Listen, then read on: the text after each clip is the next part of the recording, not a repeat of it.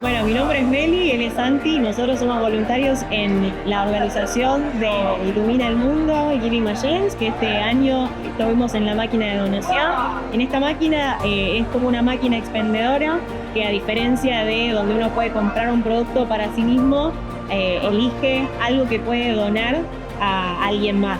Y en esta máquina tenemos 4 fundaciones que son CIMSA, Amigos en el Camino, Fanta y el Hospital Los Tierres, con quienes estuvimos trabajando para poder elegir 5 elementos o opciones o servicios para que la gente pueda donar a estas fundaciones.